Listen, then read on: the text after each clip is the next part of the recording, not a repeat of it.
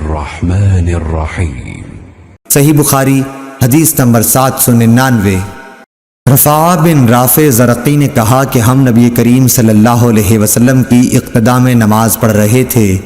جب آپ رکوع سے سر اٹھاتے تو سمع اللہ لمن حمدہ کہتے۔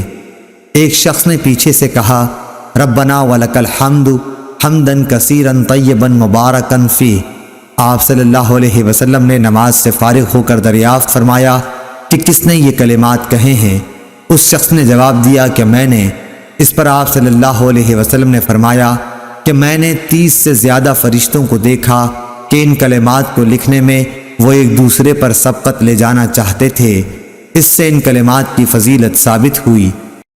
اللهم صل على محمد وعلى آل محمد كما صليت على إبراهيم وعلى آل إبراهيم إنك حميد مجيد اللهم بارك على محمد وعلى آل محمد كما باركت على